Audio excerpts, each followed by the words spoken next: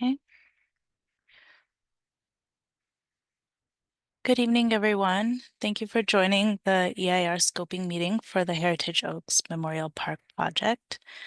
My name is Bethlehem Telehun, and I'm the Environmental Project Manager with the City of San Jose Planning Division. Today, I'm joined by other city staff, including the project manager, Angela Wang, and we should have the Council District 2 office. So if you're in the attendees list, please raise your hand so we can promote you up to panelist. And we also have staff from Public Works. The applicant's team is also here. The purpose of the meeting is to explain the environmental review process and obtain community input on the issues to be discussed in the environmental documents. We will be taking notes of the environmental related issues that are brought up during the public forum. In addition, my email will be at the end of the PowerPoint so that you can send me your environmental related questions after the meeting as well. And before we get started, some housekeeping. I'd also like to mention, everyone will be on mute until we open the meeting for public comment. If you are joining us by phone and wish to speak, you will be prompted to press *9 on your phone when we open the meeting for public comment. If you are joining us by electronic device and wish to speak, you will be prompted to press the raise hand feature located on the bottom of your screen when we open the meeting for public comment. The meeting is being recorded. And a reminder, this is a scoping meeting, not a public hearing, so no approval or denial of the project will take place today.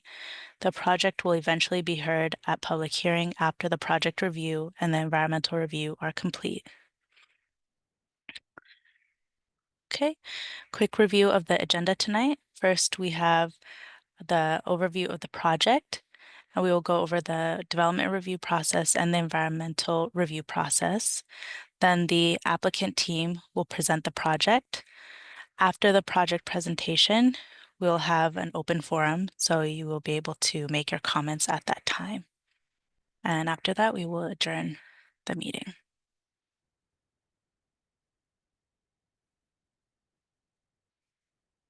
Okay, so I'll go over the project and the planning review process.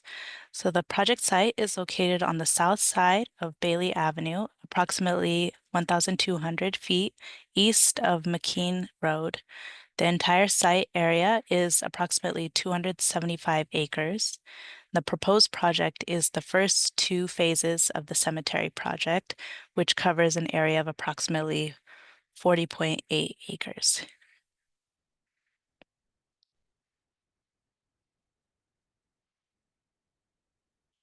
The site is within a planned development zoning district, which was approved in 2014. The PD zoning district allows cemetery uses on approximately 102 acres and a private open space on approximately 173 acres of the site. The proposed plan development permit is to identify the area for cemetery uses as seen in the map, whereas Area 1 and Area 2, to effectuate the plan development zoning district, and to allow the construction of the first two phases of the cemetery development within Area 1.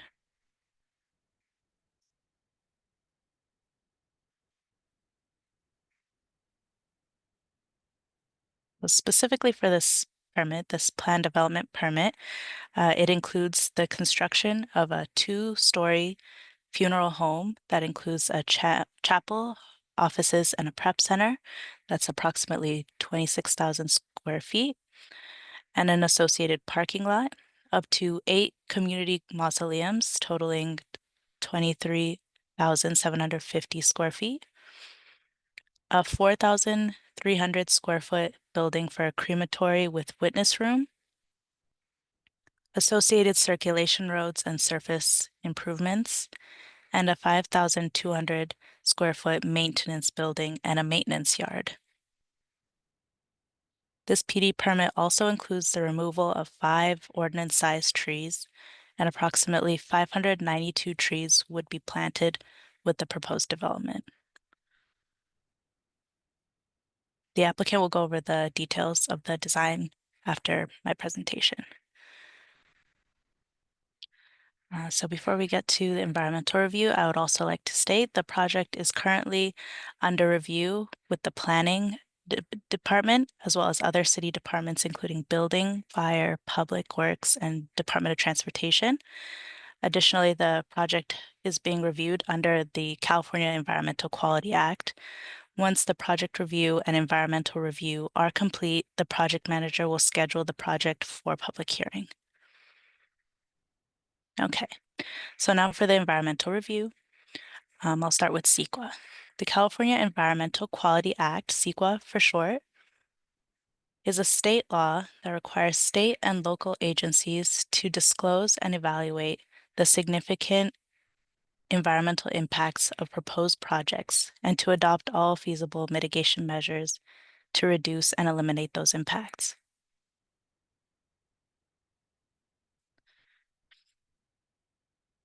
These are the environmental factors that are reviewed as part of the CEQA process.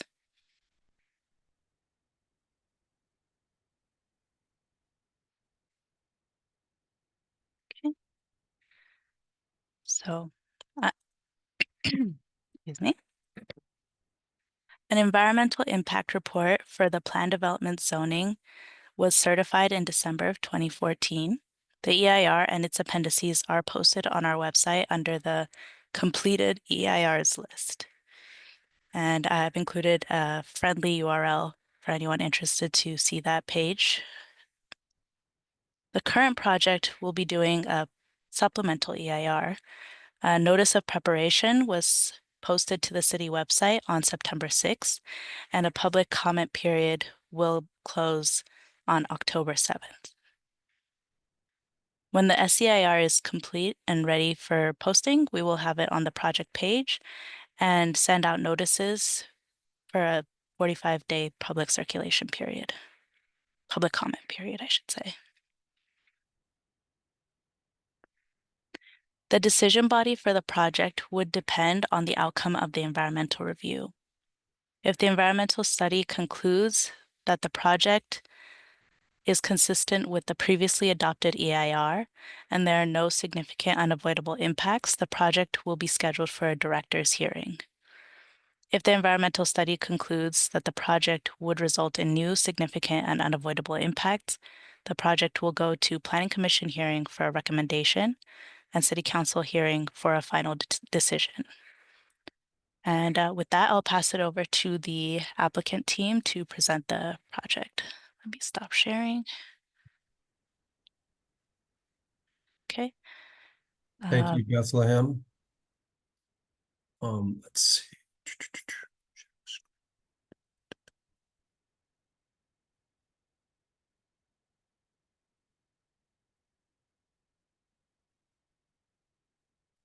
I think everyone can see that. Yes, we can see it. Very Is it good. possible to go full screen, Mike?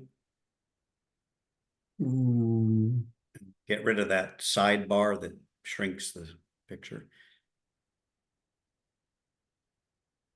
Yeah, that's good. Okay, good. Hello, good evening. My name is Michael Green. We're landscape architects and cemetery planners for the applicant team. With me here tonight is Eric Schoenauer, who's one of our planning consultants who's been involved in this site and this project for the last 14, 15 years. Also, Jerry DeYoung with HMH Engineers, who's also been involved for that same time period. We have the applicant teams, the cemetery developer, Michael DeSalle, Director of Real Estate for SCI California Funeral Services, and Zeph Jimenez, who's the civil engineer with HMH for the project, as well as Sean Mell, who's the project manager with HMH. Also on this call is Leanne Humble, who is directed by the city, and she's the EIR consultant. She also prepared the original EIR for the project. Just to kind of maybe pull this into a little bit of perspective, the site is located outside of Coyote Valley in the foothills, overlooking Cinnabar Hills Golf Course. You can see the Calero Reservoir is off to the west. The 101 freeway runs across the top of the screen there and would be one of the primary access thoroughfares to get to the site over the years. You can see that the red outline is the 275 acres for the owned area. The green outline is the 102 acres that is actually zoned for cemetery use. Now, when this project was first proposed, one of the questions was, why put a cemetery up in this area? Well, currently existing cemetery space in the greater San Jose area is approaching 96% of capacity. For many of us, this may not be of a great deal of importance, but for a significant portion of our community, there are deeply held religious beliefs, cultural traditions, and family heritage that they feel very strongly about and need to have a local cemetery to memorialize, mourn, and to celebrate the passing of their loved ones. This has been something in our culture, as you all know, for thousands of years. If you visit cemeteries in the Bay Area, you will see by the weekly placement of flowers and other memorabilia that these parks are very heavily visited. As Bethlehem brought up, when this was first proposed as a site in 2009, 2010 in that area, the city council agreed that that was an important community need, and they also felt that this was an appropriate and reasonable site for this.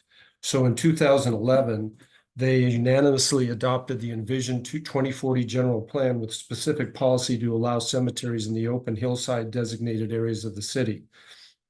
And that was specifically in response to this proposal. And as mentioned, this action took place in 2011. Bethlehem then mentioned that in 2014, there was an additional approval. That was where the site was then zoned for cemetery use, specifically just the 102 acres. And you can see by the outline of the green area that this particular portion of the site is specifically placed on the south side of the ridge line, closest to the cemetery down here, Cinnabar Hills. And there's a very low density of oak trees in this area. And that was all done as part of the environmental commitment to minimize impact on the oak tree resources in the area. That plan that was approved, and here's a snapshot of the general area, had an area 1 and an area 2. Those didn't necessarily have anything to do with phasing. It was just a way to divide the site and talk about some of the resources.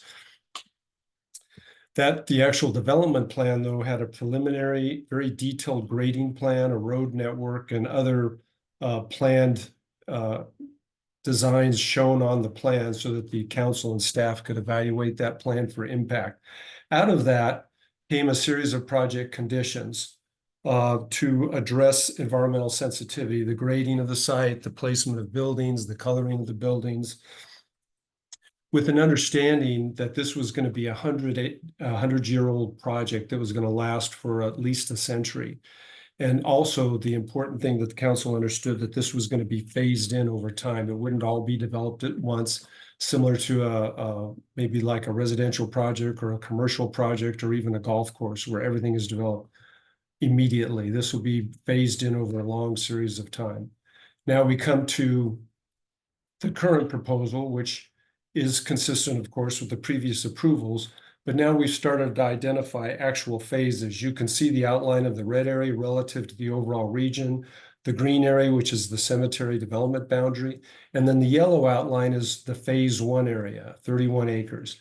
This would include roadway access to the site, a funeral home, possibly a crematory, a maintenance yard, possibly a mausoleum or 2. But this first phase would last us anywhere from 7 to 15 years before we'd need to consider an additional phase.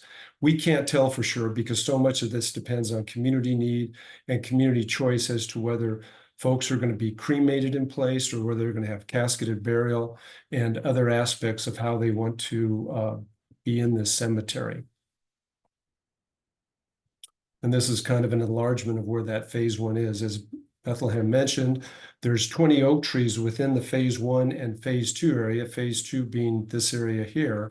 But of those 20 oak trees, originally it was anticipated that all the oak trees would be loss to development. We've managed to manipulate the grading so that we can only have to remove 5 of the 20 oak trees. So it's a very small percentage.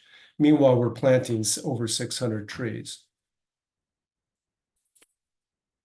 As far as a little bit more detailed picture of the cemetery, the plan development permit is basically to just ensure that what was approved by the council with the zoning and the general plan language, that we're continue to be consistent with it, that we're meeting the requirements of the conditions of approval and the necessary sensitivity. The planning department has a series of planning objectives for this site, and we're expected to meet every one of those objectives. You can see the access is going to come off of McKean Road, come up into this phase 1 area. There's a loop road in this area here, and then an additional loop into phase 2, and then another series of loop roads to address additional expansions of the cemetery. The area 1 of the cemetery is this gray line that circumscribes this area here. And then the blue line indicates area 2, which is off in the future, many, many decades from now. One of the features that's shown on this also is a recycled water line that would come into the site. That's an important element that we want to discuss a little further. And here's a picture of that recycled water line.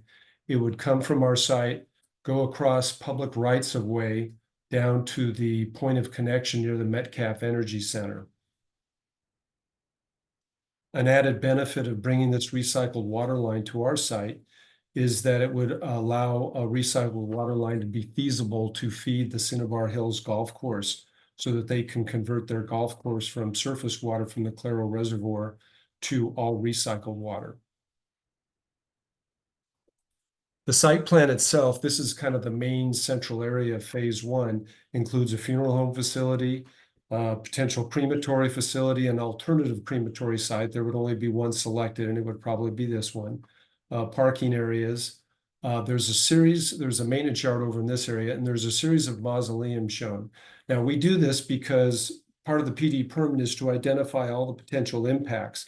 The reality is only a fraction of these mausoleums will be built over the next 25 years, maybe 2, at most 3, but not all of them. But by showing them now and addressing any impacts associated with them, we don't have to come back through this process at a future date. Some of the issues that we addressed in terms of this current specific design is the grading. We've come through, and in the actual grading design for the PD permit, we've reduced the amount of earthwork being moved by 60%. The other thing we've done, these dots here basically identify knoll areas. Previously, some of these knolls were being lowered as much as 50 feet, and some of the fills were as much as 50 feet in the valley. We reduced the knoll height reduction from 10 to 20 feet from that original 50 feet. And our fill, which the deepest fill is in this area right here, has gone from 50 feet to only 30 feet deep. So we've managed to maintain much more of the landform that was maintained in the original approved site plan. And that's actually a good business. One of the things that the applicant team has been very committed to has been environmental sustainability and sensitivity. And it's not just because it's the right thing to do, but it's also good for business. The less dirt we move, the less money we spend on that, and the lower the temporary impact from construction going on. It also allows us to keep all dirt on site by the design that we have in this particular grading design that we're showing here. Another thing that grading did, as I mentioned before, is it reduced the amount of oak trees that have to be removed from 20 down to only 5, because by reducing the changes in the elevations of the grades, we've been able to save much more trees. Other attributes of the cemetery plan is that there will be no barriers or fencing around any part of the perimeter of this cemetery. It will be wide open so that any movement from animals can occur back and forth at any time throughout the cemetery, throughout the day or night. The other thing about the cemetery use is the cemetery will be closed at dusk and will not be open at all at night. There will be no lights throughout the cemetery grounds. So again, it'll be a dark site, and it'll be consistent with the San Jose dark sky ordinances as far as type of lights that occur in the funeral home area, and in the crematory area, which would be the only open areas that might be open after dusk. Some of the other aspects of the sustainability of the site is turf grass maintenance. Unlike golf courses, where the quality of the turf is very, very important. It needs to be pure, it needs to be green, it needs to be beautiful year round. With the cemeteries, we don't have to have that high a level of turf appearance. And so one of the things we do is we amend the soil out the outset of the cemetery and then minimize application of fertilizers and pesticides over the years because it's expensive to do so and we don't need to do it. We do need to maintain the turf correctly. And one of the ways in which we do that is by having a satellite-based irrigation control system that applies only the amount of water that's lost to evapotranspiration. And so that keeps the water that we apply in the root zone, the top 2 to 4 feet of the soil, and doesn't overwater and have runoff and deep penetration of the water. One of the things we also did is at the council approval level in 2014, surface water up to 40 acre feet of surface water from Claro Reservoir was going to be used to irrigate the site. But we've now deleted that entirely and are going to be using recycled water only. Now, recycled water in the Bay Area is in plentiful supply. Every single day, millions of gallons are flushed into San Francisco Bay because there are not enough users for it. So we're going to be able to take some of that use off of that and use it for the cemetery. But again, it's going to be phased in over many, many years, and it's going to be just a very small fraction of the available recycled water. This will also give the opportunity for recycled water to be used for Cinnabar Hills, as I've mentioned, because of the expense we're coming to by bringing the pipeline to our site. It makes it much more affordable for Cinnabar Hills to use it on their site.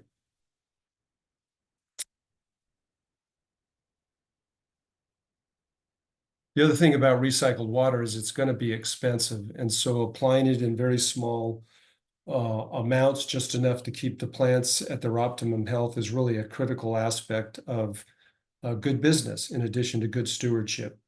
These cross sections that have been drawn illustrate the location of the buildings so that they're screened by landscaping and by the shape of the hill from offsite views to the north from Coyote Valley. It also shows that this is the deepest fill we have is only 30 feet, unlike the 50 feet that was proposed before. Over in some of these other sections, you can see how minimal the change of the grade is. The dashed line is the existing grade, and the solid line is the proposed grade. And you can see it's very small, 10 feet, 20 feet maximum in some of these areas. So we're maintaining the landform to the greatest degree practicable.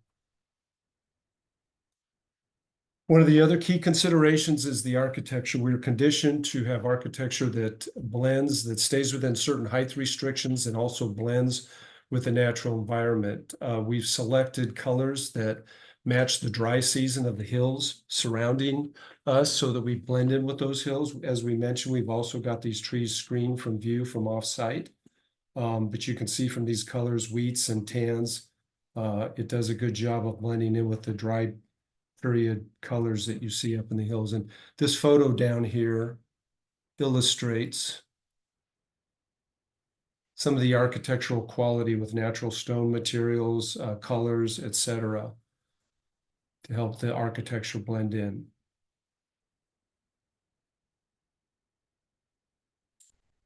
Shots of the architecture. Some of the issues that have been brought up, such as fire safety, which is a big issue in the West and is certainly a very legitimate concern. But, cemeteries are actually kind of a solution, not a problem. We provide good green space that actually can be used by the fire department as a safety area, can be used by local populations as a safety area. And the two types of buildings we have in the cemetery, the architecture of the administration buildings, this is all going to be fire resistive architecture. Class A roofs, double pane windows, fire sprinklers, 1 hour walls, no exposed attic vents. Architecture like this in the state of California does not burn. The homes that have been lost in the state of California and the other structures are structures that do not have any of those fire resistive attributes. So it's really an important note to make, and it's something that's a problem in the state because of fire insurance concerns up and down the state. But this kind of architecture, which most modern homes are built in now, do not have a history of burning. The other type of building we have, the community mausoleums, are cast and plate concrete structures. So they're basically bunkers. And again, there's no fire, there's no, all the materials fire resistive in those buildings. And in many agencies in the state, we're not even required to have fire hydrants for those because there's a recognition by the local fire authority that they're very safe buildings that will not pose any kind of a hazard. Bethlehem mentioned the number of trees we're planting. Whenever we have a parking area, we're going to have to meet shading requirements of at least 50%. So you can see the great number of trees that are being planted. They're going to have a very wide canopy spread. More than half of the trees planted in this development will be oak trees. We also have 2,000 oak trees in general. That'll be part of the 2,000 oak trees that we're conditioned to plant or have planted in the local communities. So we're going to be replacing multiple times the number of oak trees that will have to actually be ever removed from this site. The applicant team also has prepared computer simulations of the views from the site. This particular view is from Palm Avenue and Santa Teresa Boulevard. You can see by the existing view, then the project with without landscaping, and the project with mature landscaping, there's very low visibility for anything going on up on the hill. This view is from Richmond and Santa Teresa Boulevard. Similar, this is a dry season view, so you can see how the colors would blend with the architecture. And you can see there's a very small area that might show up, but again, with mature landscaping, which we're conditioned to have, these oak trees will hide any view of the cemetery up on that hill. We have other views taken from other areas. This view is taken from Laguna and Santa Teresa of the site. You can see the before, you can see after without landscaping, and then with the mature oak trees that we're planting, how it's going to hide any view and blend right back into the hill. Finally, with this view is from McKean, and this would be from the south, looking north. And you can see there's a little bit of hint of the golf course in the foreground. The before view is here, the after view is here, and then with mature landscaping, it blends in very nicely into that area. And the final view is from Figueroa Trail.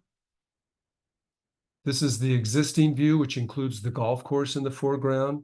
The view after, which has the cemetery, which kind of blends nicely with the golf course, in our opinion. And then additional plantings around the edges would help bring out that pattern for the that matches the golf course and kind of that view from the south looking north. That kind of concludes my comments. At this time, I can share the screen again with questions. Eric or Jerry, do you have anything to add to anything that I went over? No, I believe you've covered it, Mike. Thank you. Mike, I would just Okay. add one thing. I think and Bethlehem, this is really for those who are listening, who are not familiar with the planning process, but this PD permit covers the entire area, 275 acre zoned in the zoning, in the plan development zoning. And the reason for that is because plan development zonings, once approved, are static until actually somebody applies for and receives the initial PD permit. So this PD permit is what they call effectuates the plan development zoning. Once that zoning is effectuated, then the landowner has the understanding that they have a right to use the 102 acres for a cemetery use, even though this particular permit, PD permit, is showing areas phase 1 and phase 2. And the reason for that is because, as Mike indicated, the timeline for phase 1 and possibly for phase 2 is way out in the future. It's very atypical that we all work on projects that have development that actually takes place 25 or 30 years from now. So that's important to understand. There's two other points that I would like to make, is that basically the westerly or northwesterly boundary of the 102 acres was essentially the ridge line. Now, there are several areas where that doesn't exactly conform to the ridge line, and those two areas are actually, I don't know who's controlling it, either Bethlehem, can you go back one, or Mike, go back one? Mhm. Okay, so in the upper, kind of the center, there's a crosshatched area right there, a little bit to the left. All right, there's a crosshatch area, and over to the right side in area 2, there's a crosshatch area as well. Those two areas are basically areas of the site that were determined in the prior EIR to be visible from the valley floor. As you can see, neither one of those areas are developed in phases 1 or 2. So at some point in the future, they will be developed. There's a very specific development criteria that requires that those two areas be planted with oak trees that will mature to a certain level so that they will preclude the view of those two areas from the Coyote Valley floor. So I just want to point out that those two areas, while they can be seen from the valley floor today, won't be viewable from the valley floor when they are developed because they will be screened by mature oaks. So those are my 2 comments, Mike. Thank you. And Bethlehem, thank you very much. Okay, thank you. So now I'll share my screen again.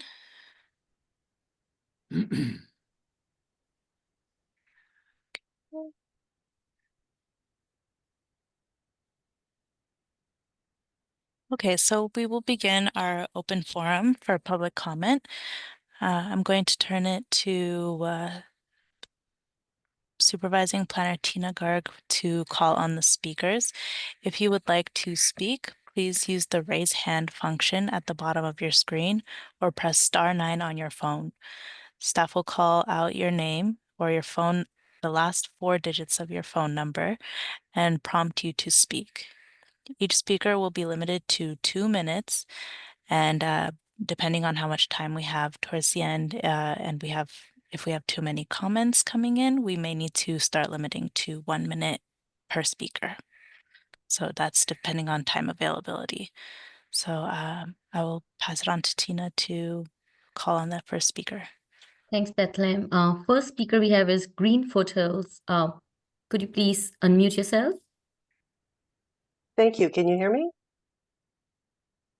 We can. Yes. Thank Right. you. Sorry, one moment. There seems to be an ad on this video. Okay, we can start. Okay, thanks.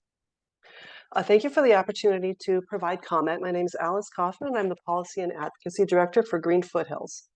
And we, together with the Audubon Society and Sierra Club, opposed the approval of the plan development rezoning for this project back 10 years ago, and our opposition still remains. We objected to the massive grading and filling of over 100 acres of our hillsides, which would excavate the ridgeline and dump the dirt into the valleys in order to flatten out the natural contours of the landscape. We also objected to the installation of 75 acres of non-native turf grass, which requires irrigation. Given that San Jose residents have been asked for years to remove their own non-native lawns due to the water usage involved in maintaining grass lawns, it's pretty outrageous that this project includes 75 acres of grass lawns that will require irrigation. And the fact that the project will use recycled water doesn't make it better. Our local water providers have been exploring potable reuse of purified water for years. When there are proposals for desalination that are being seriously considered in order to supplement our local water supply, we should not be treating recycled water as though it isn't important. It's ridiculous and, frankly, a little bit offensive that anyone would propose a project on open space in our precious hillsides that requires remaking the entire landscape into something else. If you want a site that's not hilly, don't put it in the hills. If you want a green lawn, don't put your project in the middle of a landscape that is naturally brown for most of the year. The 10 years that have passed since the PD zoning was approved have brought significant new scientific studies about wildlife movement and the importance of the Coyote Valley area, including this project site, for landscape scale habitat and connectivity. Wildlife movement isn't about whether animals can physically walk between buildings. It's about whether there is habitat on a landscape scale that supports that wildlife movement. And I see I'm running out of time. I will submit the remainder of my comments via email. Thank you very much.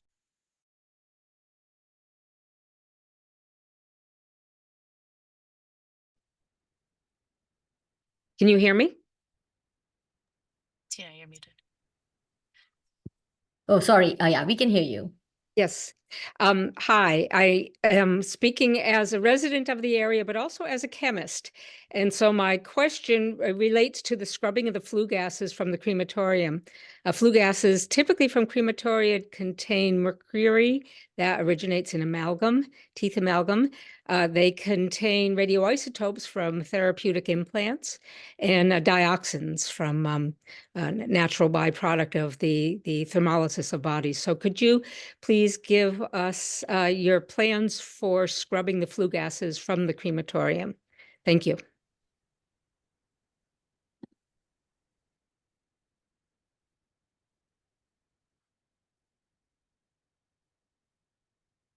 Okay.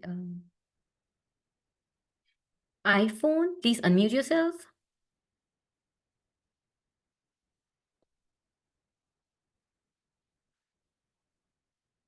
Hi, iPhone. Can you?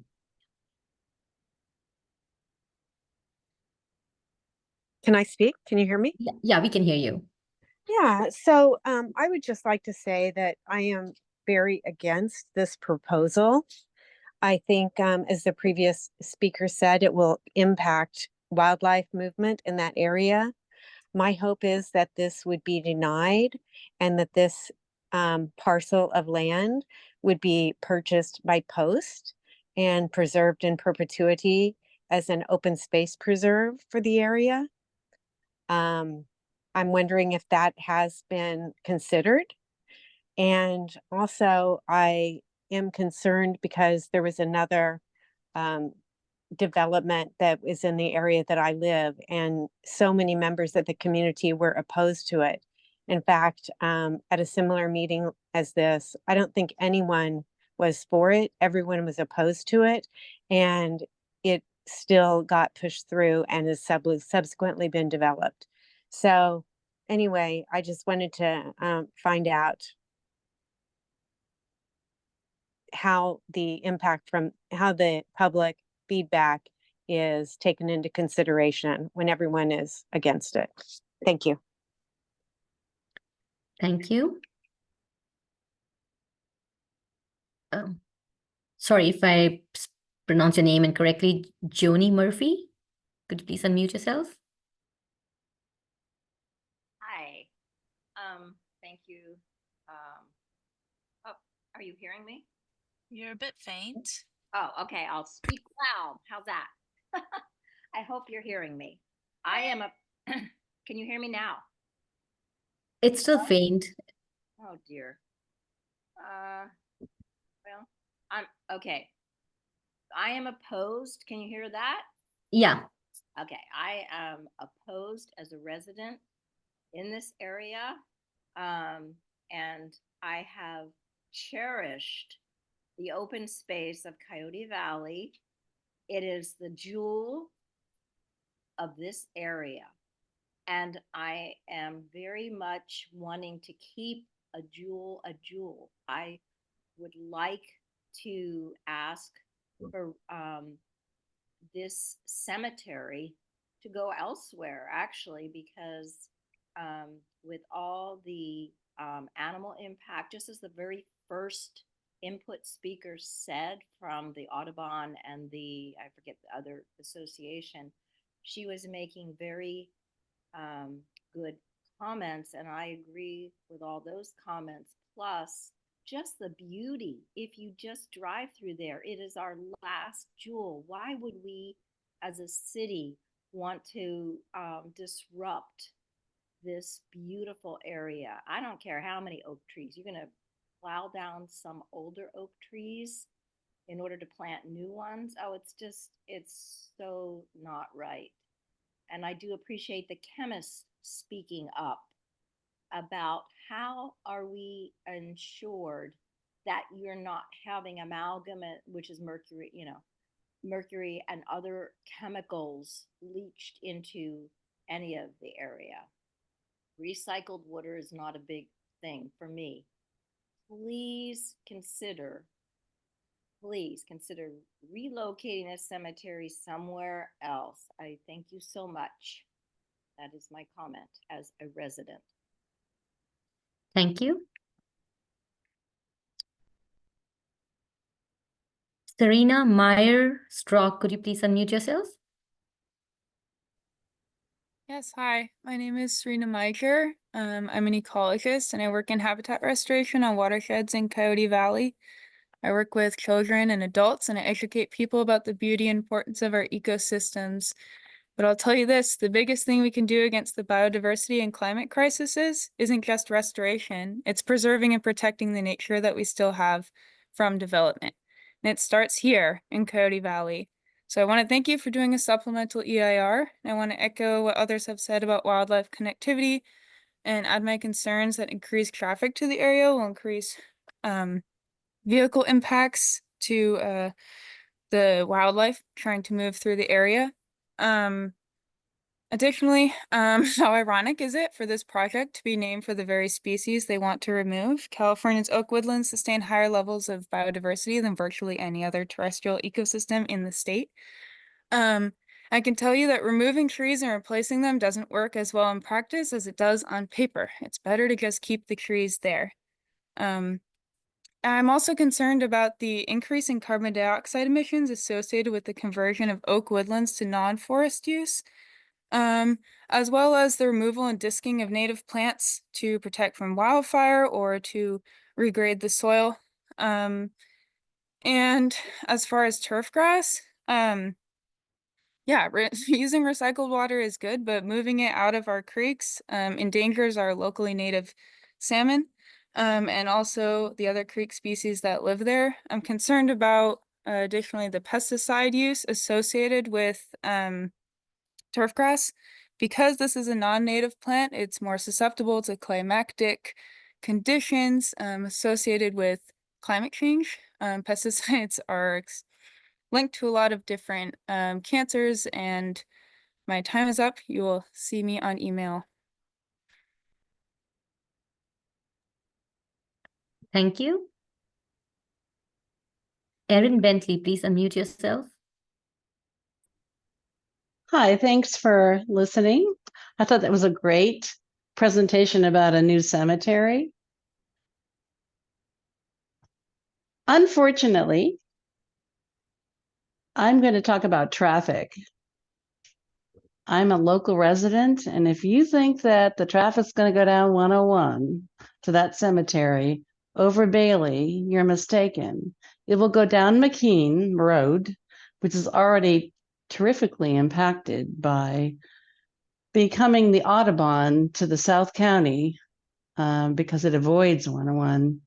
I can't even imagine a cemetery, a funeral procession going down McKean Road at this point in life. And it is also going to be impacted by a potential development at McKean and Harry, which will add another 200 homes. There's also going to be a crossing across McKean at the new San Vicente entrance of Calero to link the two parks. And there's also a Dead Man's Curve. So whatever funeral procession you think is going to go down that road is going to be terribly impacted by the traffic that is already there. And I think that actually points to the difficulty between the city of San Jose and the county, because a lot of this development is going on in the county and there is no communication between the two, as far as I can see. So as much as it's a really restful place for a cemetery, it is not going to be very easy. The last comment in my last 15 seconds is that I don't know why you shut down Calero Stables and Lakeview because of the runoff. And now you're going to have a lot of runoff from a lot of other things that are not necessarily amenable to the environment. Thank you.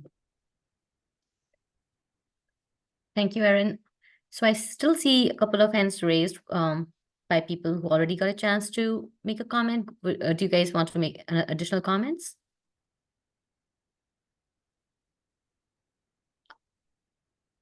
Okay, I'm going to unmute iPhone again. Would you like to make another comment?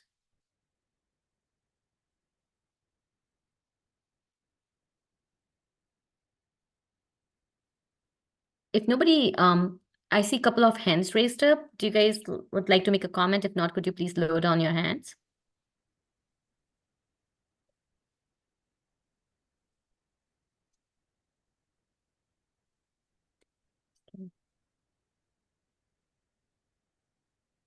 Junie Murphy, would you like to make a comment again? I would just like to say that between the traffic, the animals, the communication as was just raised up between county and city, it's very evident that there is a disconnect between city and county. And as a city, we were promised that there would be none of this type of development. And as others have commented, to cut trees down that are beautiful oak trees and then replant oak trees doesn't work.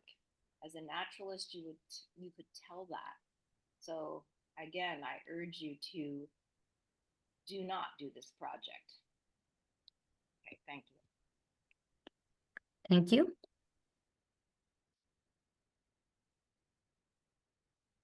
JB, would you like to make another comment?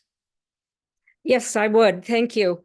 I think there's an opportunity for this site to be used as a demonstration site for the rest of the community. For example, I didn't hear any mention made of solar panels, that is collecting energy or storing energy there in power walls. So there's an opportunity for this site to show that it could be energy independent with the proper installation of collectors or generators. It could also act as a demonstration site for more sustainable landscaping. I too had the question of why are you putting non-native turf in there? Instead, use native plantings and in that way also reduce the amount of water. It's commendable that they want to bring recycled water down, but I think that the main goal is to not require the artificial or the external watering and to use natives. And I'd also like to second what was mentioned about traffic. As someone who travels a lot along McKean, it is a dangerous road as is. It's one lane in each direction with a speed limit in that area of around 45 miles an hour. That would be very dangerous with a funeral procession. And there are some turns there along both McKean and along Bailey for those who'd be coming over to McKean from 101 and Bailey that are already greatly hazardous spots. And so this traffic has not been thought out well. I was really surprised, in fact, to hear that McKean was going to be the access point and not Santa Teresa. That's going to be a problem and should be reconsidered. Thank you for the chance to speak up with these concerns. Thanks, JB. I still see hands raised by Erin Bentley and Joni Murphy. I'm going to unmute Erin. Erin, please unmute yourself. That tells me there aren't that many people speaking up. Would you like to make another comment? Hang on. Thanks. I didn't know I was still there. I have a question about the EIR. It says that it's dependent on the director's hearing. And who are the directors? I think, honestly, a lot of people in unincorporated Santa Clara County don't even know who is in charge in the county. And I think that is what developers in general are counting upon because the city and the county don't communicate. So who is actually in charge of this from the city council standpoint? And who are the directors in the director's hearing? Sure. Sorry, if that's the end of your comment, I can answer your question quickly. Thank you.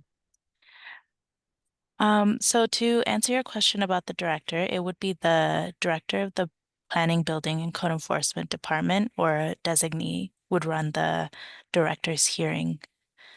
That would not be it wouldn't be dependent on the director's hearing, but the hearing body that the project goes to depends on the environmental review. So it would be the other way around. The environmental review determines which hearing body the project goes to. I hope that clarifies. Am I still unmuted? Yes, you are. And who are the directors? It sounds kind of like it would just be one director. Hunger Games. It's just one director. It's the Planning, Building, Code Enforcement Director, Chris Christopher Burton. Okay, good. Mhm. Also, I have one quick question. If you develop the cemetery, and it is probably a done deal, I hope not, but what are you talking about in terms of headstones? Are they all sticking up out of the ground? Or are they flat? Or what?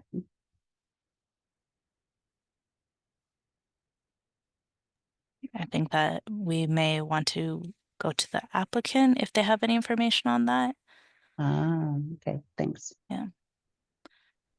Applicant team, if you have any information on the headstones, if that's Hi, something this that's is part of your Mike design. Green. Yeah, cemeteries have a lot of different ways in which memorials are installed for families based on their choice. The flush markers are the most prominent, of course. There are maybe areas that have some above ground monuments. And then there's specialty gardens for families where they all want to be together in one place. And so they have maybe a hedge around them or some other type of kind of divider or separator. And then, of course, there's mausoleums, which are above ground buildings. And then the biggest growing area in California are cremation gardens, which are largely landscaped with drought tolerant landscaping, and then have a variety of monuments and markers for individual families. So you can visit various cemeteries in the area and see some of these things. But we can't say for sure. It depends a lot on how the community, the kinds of demand the community has for those different types of cemetery inventory products, I guess you might call them. Thanks, Mike. Green Foothills, please unmute yourselves. Yeah, thanks. I figured since we have time left and you're allowing people to speak again, I would just try to fill in the remainder of the notes that I had. This isn't going to be a complete amount of my scoping comments because I haven't had time to do an in-depth review yet, but these are just some thoughts that came to the top of mind. One of them is with regard to the aesthetics impacts. Back in 2014, when the first EIR was done, the Mayan Yakma open space preserve up on Coyote Ridge did not exist back then. And the impacts to views from that preserve were not analyzed. So those should be analyzed in the supplemental EIR. Then also with regard to tribal cultural resources, obviously AB 52 tribal consultation must be conducted. I couldn't tell from the NOP whether that has happened or is planned to happen, but just want to make a note that that does need to happen. And then yes, wildfire, appreciate the part of the applicant's presentation that touched on that. But obviously there are big issues with even new modern construction that, is less fire, that is more fire resistant than more old fashioned construction. There's still wildfire risk. And so that does need to be evaluated, including what will be the burden on city services to extend fire protection to this location. And then finally, growth inducement. The project now includes construction of a recycled water pipeline, which wasn't the case before. So the growth-inducing aspects of that need to be analyzed. And also, since that's going to be providing recycled water to the golf course, that's sort of an additional wrinkle. Having just learned that, I'm not quite sure what I would say needs to be evaluated, whether it's this is an amendment to the golf course project, or what is involved there. But that's something that needs to be considered if that's going to be providing water now to a different site. Thanks. Thank you. Zoom user, you are now unmuted.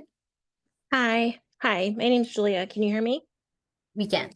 Okay. I just did a Google search on the crematory gases not being safe. And it came up first thing, says the process of corpse cremation generates numerous harmful air pollutants, including particulate matter, sulfur dioxide, nitro oxides, volatile organic compounds, and heavy metals. It says these pollutants could have severe effects on surrounding environment and human health.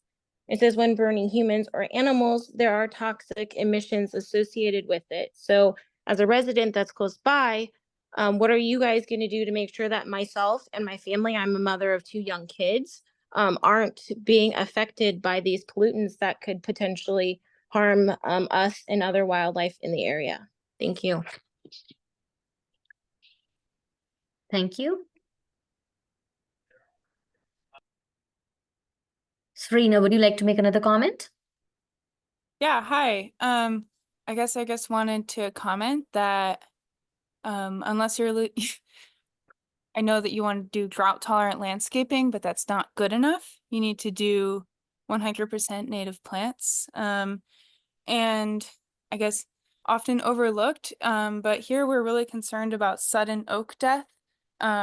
Oftentimes sudden oak death gets introduced, also known as Phytophthora, gets introduced into different open spaces from nursery stock. So unless they're sourcing their plants from nurseries that are following best management practices and then also following best management practices with the construction, regrading of the soil, planting the plants, all of it, they might be introducing sudden oak death to our local open space preserves, which is really concerning to me. And yeah, also increasing non-native plants reduces the habitat value of this area, even if you are planting new trees. And I just want to echo the concerns about the air pollutants. I work in the area. I don't want to breathe in unhealthy like metals and stuff. That's really concerning to me.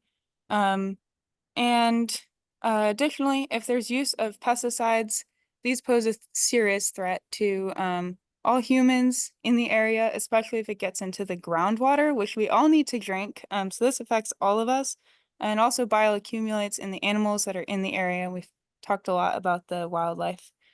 And the last thing I want to say is please search the area for rare plants and sensitive natural plant communities as defined by the California Manual of Vegetation. This project area contains serpentine rock, which often has these plants on them.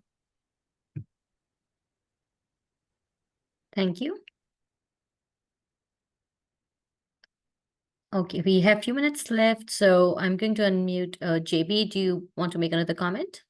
Yes, thank you. I actually was hoping we would get some response from the applicants to some of the points we raised, specifically how they're going to be doing flue gas scrubbing at the crematorium, and then also the traffic concerns along McKean, since that seems to be the main proposed access for people using this facility. Would it be possible to hear a response?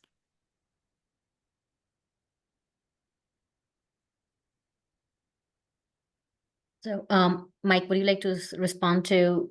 I mean, one thing we can say that the environmental review process is underway, and we would be preparing technical studies and reviewing air quality and doing an air quality analysis for this project. So, we are taking community feedback today, and we would address anything that's required under the CEQA guidelines for air quality analysis. Mike, would you like to address anything? But I think that's exactly right. That's kind of what this process is for. Today, we're gathering information and concerns. Most of these are issues that are already being studied in very detailed manner by the EIR consultant as directed by the city. And so these answers will all be published in due time for the public to review, in addition to staff, of course.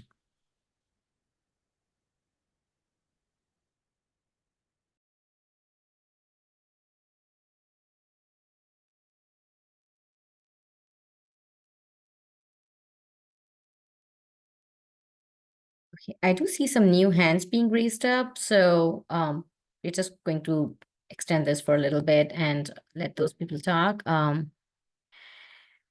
Mark, please unmute yourselves. Good evening. I was just wondering why we have to go out into starting of Coyote Valley and ruin beautiful open space when there's plenty of unused office buildings, old manufacturing plants in North San Jose that they could actually tear down and put a cemetery there. Why are we creating more urban sprawl? Thank you. Thanks, Mark. Josephine, please unmute yourselves.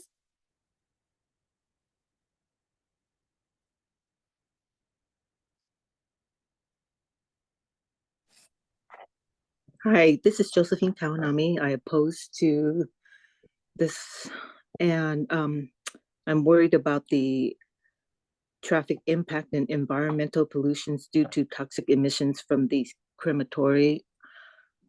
It's a beautiful area. I drive there all the time going to Morgan Hill. I think you guys can find a further place away from the main city area of San Jose. Please do not do this. Thank you. Thanks, Josephine. So looks like we are at the end of our scoping meeting. Bethlehem, do you want to provide your contact information so that they can provide public comment? Sure. Yes, thank you, Tina. So let me pull up the next slide. Oop. Okay, so here is the contact information for myself as the environmental project manager and also the development application project manager, Angela Wang. See here. So with that, we will conclude our open forum, summary of the project review status. One moment.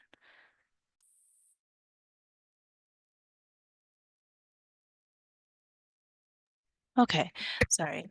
So as I mentioned before, we are still in the planning permit review stage. And once the project review and the environmental review are complete, we will be scheduling the project for public hearing for the environmental document. Once that is posted, there will be a notice sent out for a public comment period of 45 days when it is ready. So with that, you can submit your comments to me here's my email and my phone number. And with that, I'll conclude tonight's meeting. Bethlehem, just one more thing. If Yeah. anybody wants to receive any future notices for this project, please send an email to Bethlehem so that we can add your email to our distribution list and Right. you get updated update notices for any hearings, public meetings, if any other information for this project. Yes, thank you, Tina. Okay, I'll Thank you. end the meeting. Good night, everyone. Good night. Thanks. Good night.